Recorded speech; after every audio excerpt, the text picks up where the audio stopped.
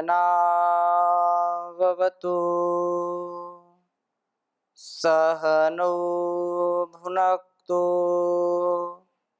सह वीर्यं करवावहै तेजस्विनावधीतमस्तु मा विद्विषावहै।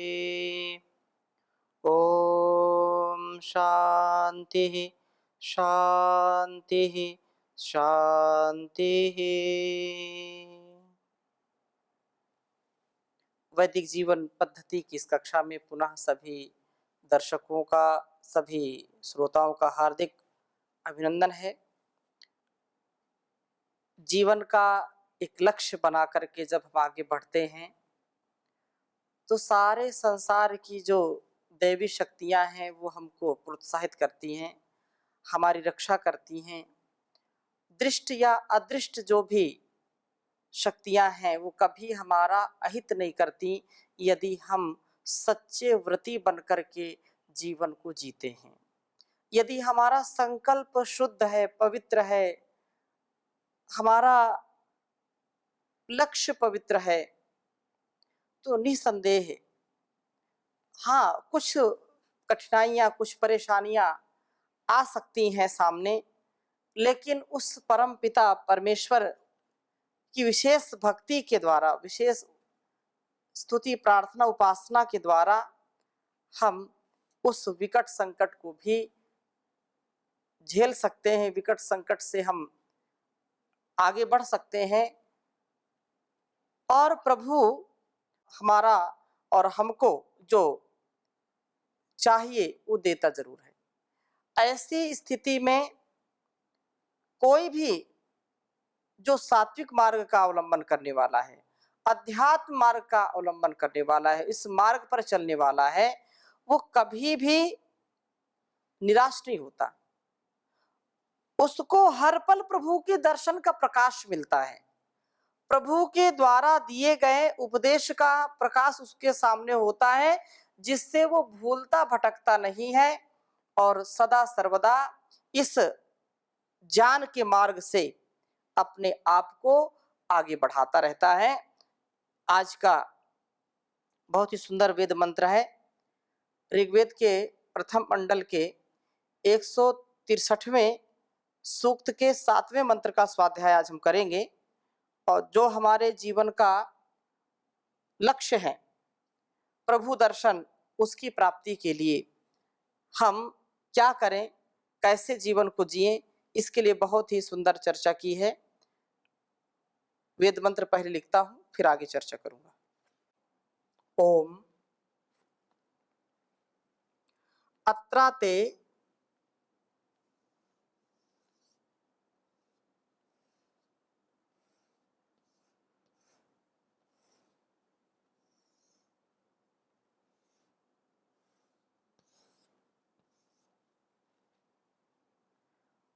रूपमुत्तमं पश्यम्।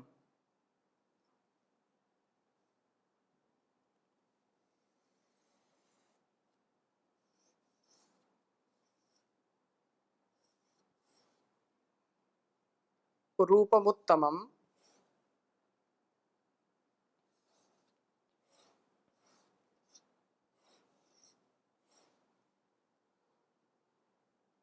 उत्तमम् अपश्यम्।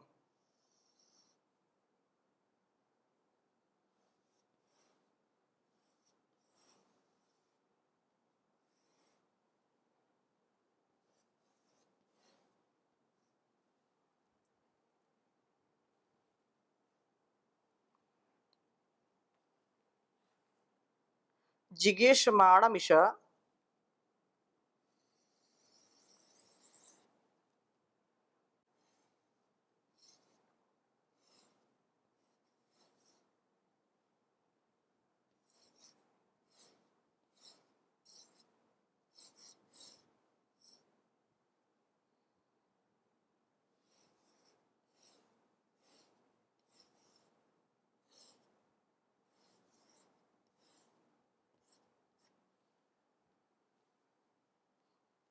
जिगीषमाणम् इष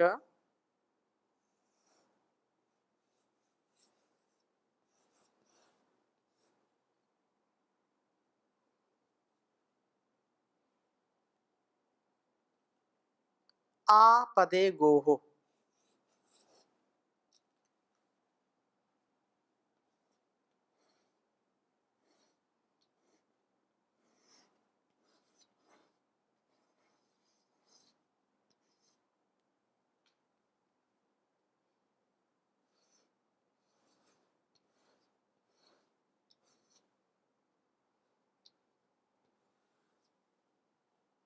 यदा ते मर्तो अनु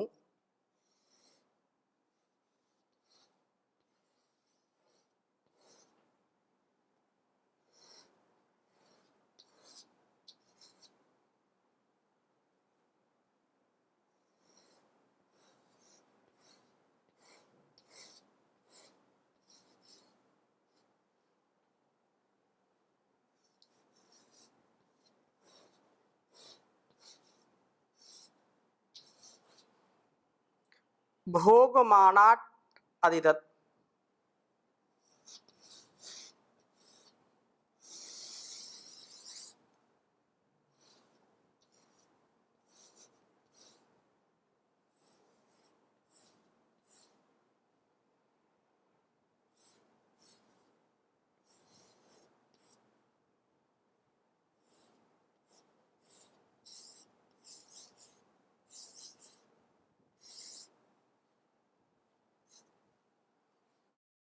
ग्रसिष्ठ ओषधीरजीगः।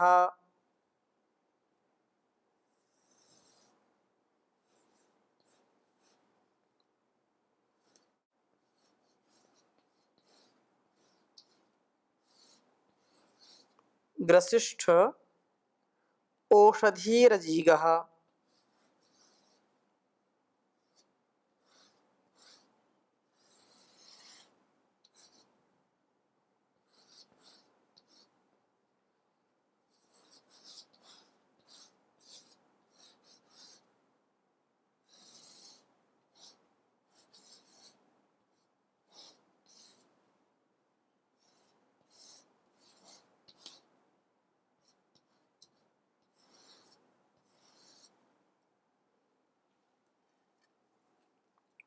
ओम अत्राते रूपम उत्तमम पश्यम जिगीषमाणम ईशा आपदे गोः।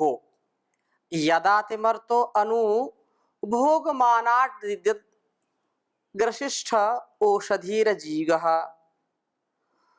ओम अत्राते रूपमुत्तमम पश्यम जिगीषमाणम ईश आपदे गोः। यदा ते मर्तो अनुभोगमानाददिदत् ग्रसिष्ठ ओषधीरजीगः। ओम अत्राते रूपम उत्तमम पश्यम जिगीषमाणम ईश आपदे गोः। यदा ते मर्तो अनुभोगमानाददिदत् ग्रसिष्ठ ओषधीरजीगः। वेद मंत्र का भाव बहुत ही सुंदर है।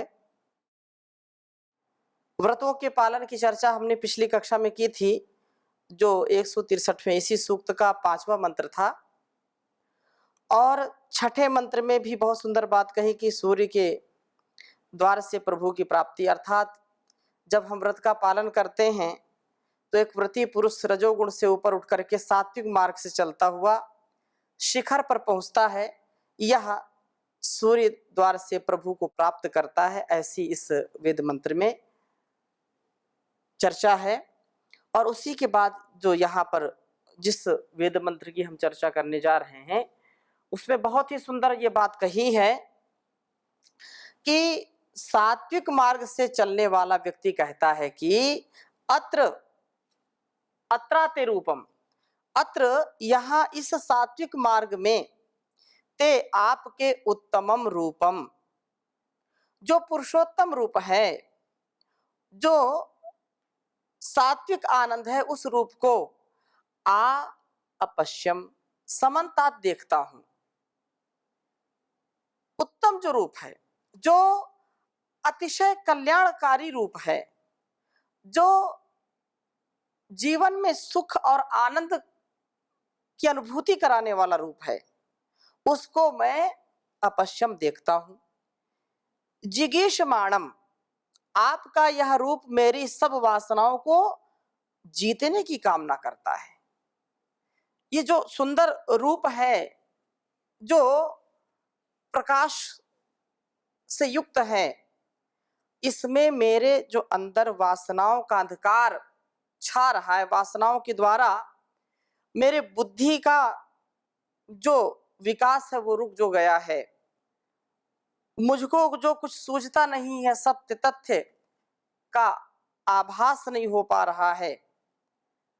क्या सही है, क्या गलत है, क्या ग्राह्य है, क्या त्याज्य है, इसका निर्णय नहीं कर पा रहा हूं। तो ये जो आपका जिगीषमाणम, आपका यह रूप सब प्रकार से मेरी वासनाओं को जीतने की कामना करता है। आपके रूप को देखने पर मेरी सब वासनाएं नष्ट हो जाती हैं। आपके इस रूप को देखने पर गोह पदे, वेदवाणी के शब्दों में मैं ईशा अपश्यम, अपने जीवन के लिए प्राप्त होने वाली प्रेरणाओं को देखता हूं। अर्थात इन प्रेरणाओं से अपने जीवन को चला करके मरतः, तेरा व्यक्ति उपासक यदा अनुयज्ञ करके, अर्थात यज्ञ के पश्चात यज्ञ शेष के रूप में भोगम आनट, भोगों को प्राप्त करता है। जब हम अपने मन से वासना का भाव निकाल देते हैं, विषयों के प्रति अनासक्त हो जाते हैं, चाहे रूप हो, चाहे रस हो, चाहे गंध हो, चाहे शब्द हो, स्पर्श हो, कुछ भी हो, इन विषयों के प्रति जब हमारी अभिरुचि नहीं रह जाती है, इनकी प्राप्ति की, इनके जब आलंबन मिलता है तो अच्छे अच्छे लोग भी धाराशायी हो जाते हैं। लेकिन जब व्यक्ति लक्ष्य के साथ जीवन को जीता है, प्रभु दर्शन की कामना से ओतप्रोत रहता है, कल्याण की कामना से ओतप्रोत रहता है, यज्ञी भावना से ओतप्रोत रहता है, तो इन भोगों को यज्ञ शेष के रूप में प्राप्त करता है। अर्थात इन जो चकाचौंध कर देने वाले, गुमराह कर देने वाले, भटकाव वाले जो दोष हैं, इनसे बच जाता है। और इस प्रकार से कहा कि आत इत, तो यह ग्रसिष्ठ सर्वोत्तम भोजन करने वाला होता है। बिना यज्ञ किए स्वयं सब खा जाने वाला तो केवलाघो भवति केवलादि, शुद्ध पाप ही को ही खाता है। सबसे मिलजुल करके रहना, मिलजुल करके बैठ करके जो कुछ भी प्राप्त है उसको परस्पर मिल बांट करके खाना। तो ये जो भोग की भावना है, तो भोग से रोग की प्राप्ति होती है, रोग उत्पन्न होते हैं। लेकिन जब भोग की भावना से ऊपर उठ जाते हैं तो वहां पर योग हमारे जीवन को संभालने का कार्य करता है। तन मन और वतन सब प्रकार से स्वस्थ होते हैं। तो कहा है कि सर्वोत्तम भोजन, कितना भी अच्छा हो भोजन, ऐसा हम कभी करते हैं कि जो स्वादिष्ट होता है उसको तो ज्यादा खाना चाहते हैं, उसको देना नहीं चाहते हैं। लेकिन थोड़ा सा यदि भोजन में कोई अस्वाद वाली स्थिति है तो फिर हम दूसरों को बांटते हैं। तो ये बात नहीं होनी चाहिए कि हम जो अच्छा अच्छा है वो हम स्वयं ग्रहण करें, और जो अच्छा नहीं है, किसी भी प्रकार से उसमें कोई न्यूनता है, तो हम दूसरों को बांटते हैं, तुम भी ले लो, तुम भी ले लो, तुम भी ले लो, थोड़ा सा ले लो। तो ये जो प्रवृत्ति है, यह प्रवृत्ति व्यक्ति को गर्त की ओर ले जाती है। यह प्रवृत्ति उचित नहीं है, कल्याणकारी नहीं है प्रवृत्ति। जो कुछ भी सही है, उचित है, उसको सबको बांटना। और कहीं पर यदि कष्ट, दुख या हमारे लिए जो ठीक नहीं है, तो अगर हमको ग्रहण करना पड़े तो उसमें कभी भी पीछे नहीं रहना चाहिए।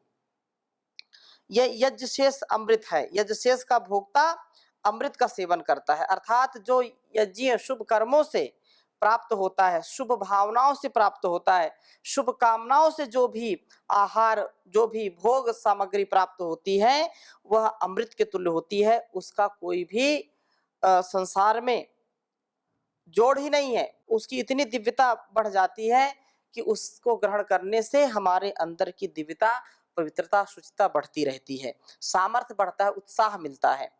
और यह तेरा उपासक औषधि ही अजीगः, औषधियों का ही सेवन करता है, वानस्पतिक भोजन ही इसे प्रिय होते हैं। प्रभु भक्त कभी भी मांसाहार की ओर नहीं झुकता है। वेद में कुछ लोग बोलते हैं कि जो तथाकथित वेद तो कभी पढ़ा नहीं है, ना कभी समझने का प्रयास किया, केवल सुनी सुनाई बातें बोल देते हैं कि वेद में बड़ी हिंसा है, वेद में ये है, वेद में वो है, वेद में जो है मांस सेवन है, पता नहीं क्या क्या बोलते हैं। परंतु वेद इतना गूढ़ रहस्य है जहां पर वेदों में मांसाहार का कहीं भी वर्णन नहीं है। हाँ, इसको शाब्दिक अर्थ, क्योंकि एक शब्द के अनेक अर्थ होते हैं, उस अर्थ का अनर्थ ना हम कर बैठें, उसका हमको सदा ध्यान रखना चाहिए।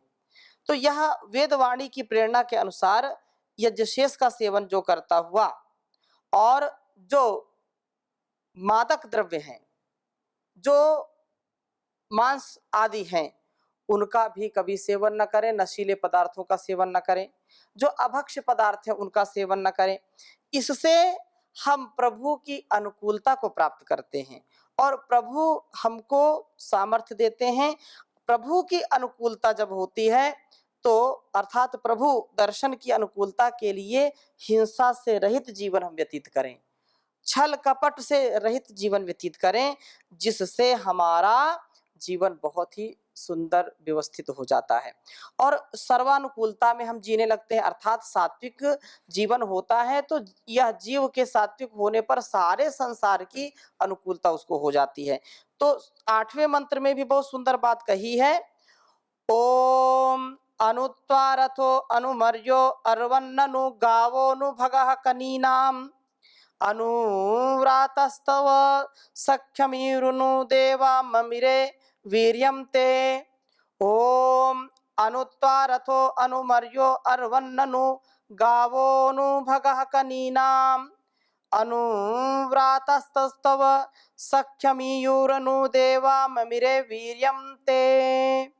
इस वेद मंत्र में भी बहुत ही सुंदर बात कही है कि सर्वानुकूलता, जैसे अभी हम जो मंत्र पढ़ रहे थे जिसमें कहा कि जब मनुष्य प्रभु दर्शन का प्रयत्न करता हुआ यज्ञशेष के रूप में वानस्पतिक भोजन करता है, तो तब रथः, यह शरीर रथ त्वा अनु, तेरे अनुकूल होता है, यह स्वस्थ होकर के तेरी यात्रा की पूर्ति में सहायक होता है। मर्यः अनु, और मनुष्य तेरे अनुकूल होता है, लोगों से तेरा विरोध नहीं होता है, अविरोध में चलता हुआ तू उन्नति मार्ग में आगे बढ़ पाता है।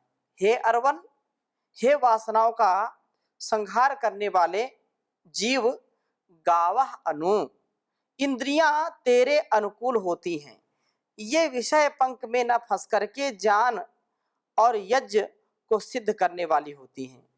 कनी नाम भगः अनु, जो कनी नाम कन्याओं का सौभाग्य तेरे अनुकूल होता है, तेरी पुत्रियां जहां जाती वहां ते अपने उत्तम व्यवहारों से तेरे यश को बढ़ाती हैं, और कन्याएं तो तेरे यहाँ पुत्रवधू के रूप में आती हैं और वे तेरे घर को सौभाग्य से बढ़ाने वाली होती हैं। संसार में इस बात पर हमको गौर करना चाहिए, जिसके मन में सात्विक विचार हैं, जो अपने जीवन को सात्विकता से व्यतीत करता है, उसकी संतानें भी बहुत गौरवशाली होती हैं। विशेषकर जो कन्याएं हैं, जो बहनें हैं, वो मान सम्मान को बढ़ाने वाली होती हैं और वेद भी बहुत ही गुणगान करता है। बीच में ऐसी स्थिति आ गई जहां पर बड़ी हे दृष्टि से देखने का एक उछल गया था, लेकिन वास्तव में यदि हम अपने जीवन और इस जगत की भलाई चाहते हैं, तो जैसा वेद कहता है उस अनुसार अपने जीवन को जिएंगे तो कभी भी हम दुखी नहीं रहेंगे, हमारा सामर्थ्य सदा बढ़ता जाता है। क्योंकि बेटी तो बेटी होती है, चाहे बहू बन करके आए और चाहे हमारी बेटी कहीं दूसरे के परिवार में जाए।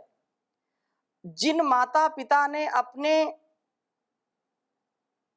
संस्कारों से, दिव्य संस्कारों से उस कन्या को कनि दीप्तो, जो अपने सेवा सत्कार से सबको प्रकाशित करती है, चाहे माता पिता के यहाँ रहे चाहे ससुराल में रहे, तो वह सौभाग्यवती होती है, सौभाग्य बढ़ाने वाली होती है। हम सदा सर्वदा यज्ञ कर्मों को करते हुए सबके जीवन में शुभ का आधान करने वाले बने।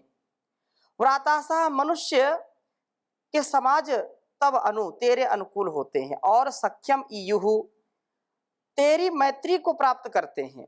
इस प्रकार से समाज में भी तेरी स्थिति उत्तम होती है। देवाह, सब देव अर्थात सूर्य चंद्र तारे आदि प्राकृतिक जो शक्तियां हैं अनु तेरे अनुकूल होती हैं और शौर्य से युक्त होता है। वीर्यम ममिरे, तेरी शक्ति का निर्माण करती हैं। इन देवों की अनुकूलता से तेरी शक्ति बढ़ती है और तेरा स्वास्थ्य अति सुंदर है। और वह सुंदरता और भी सुंदरता में परिवर्तित हो जाती है जब जिसका मन निर्मल होता है। जिसका मन निर्मल होगा वह सदा सर्वदा प्रसन्नता से युक्त होकर के अपने जीवन और इस जगत की भलाई के लिए सदा आगे बढ़ता रहता है और एक भी उससे कोई त्रुटि नहीं होती है। जीवन और इस जगत की भलाई के लिए हम प्रयत्नशील रहें, जिसके लिए हमको वेदों के पथ पर अर्थात वेदों ने जिस पथ का संकेत किया है, ऋग्वेद, यजुर्वेद, सामवेद, अथर्ववेद, जो ज्ञान, कर्म और उपासना तथा ईश्वर की भक्ति ज्ञान विज्ञान से युक्त हैं, ऐसे ज्ञान को हम आत्मसात करें और प्रभु के द्वारा बताए गए मार्ग का आलंबन लेते हुए उस मार्ग में सदा आगे बढ़ते जाएं, क्योंकि वह बड़ी कृपा हमारे ऊपर करके रखा है। एक एक शरीर का एक एक अंग, एक एक हमारी कोशिकाएं, एक एक हमारी जो क्रियाएं, एक एक विशेष जो हमारे कर्म हैं वो अत्यंत महत्वपूर्ण है। उस परमपिता परमेश्वर जगदीश्वर का इतना उपकार हमारे ऊपर है कि हम कृतज्ञता से, भक्ति भाव से उसको बार बार, हजार बार धन्यवाद करते रहें, क्योंकि यह संसार और यह शरीर, ये जीवन और यह जगत उसी का दिया हुआ है। इसमें हम अपने दिव्यता का आधान करने वाले हों। तेरी अपार महिमा कैसे बयान होवे, कुछ बोलने से पहले गूंगी जुबान होवे। तेरी अपार महिमा कैसे बयान होवे, भगवान तुमसे बढ़कर दुनिया में कौन होगा, दुनिया में कौन होगा, अब तक नहीं मिला जो तेरे समान होवे। भगवान तेरी महिमा कैसे बयान होवे, कुछ बोलने से पहले गूंगी जुबान होवे। तेरी महानता की सीढ़ी को ना बनाए, तेरी महानता की सीढ़ी छू न पाए, दुनिया में कोई चाहे कितना महान होवे, कुछ बोलने से पहले गूंगी जुबान होवे। तेरी अपार महिमा। जिस आदमी के सर पर करुणा का हाथ रख दे, करुणा का हाथ रख दे, उसकी हर एक मुश्किल पल में आसान होवे। कुछ बोलने से पहले ये गूंगी जुबान होवे, किसकी मजाल कोई तेरे खिलाफ बोले, तेरे खिलाफ बोले, सारे जहां में लागू तेरा विधान होवे। कुछ बोलने से पहले गूंगी जुबान होवे, आंखों से देखने की तू चीज ही नहीं है, तू चीज ही नहीं है, अंतःकरण में तेरा प्रत्यक्ष ज्ञान होवे। तेरी अपार महिमा कैसे बयान होवे, जीवन में लोग तुझको पहले नहीं बुलाते, पहले नहीं बुलाते, तब पथिक याद करते, जब लब पे जुबान आवे, तब याद पथिक करते, जब लब पे ये जान आवे। कुछ बोलने से पहले गूंगी जुबान होवे, तेरी अपार महिमा कैसे बयान होवे, कैसे बयान होवे। ओम शांति शांति शांति।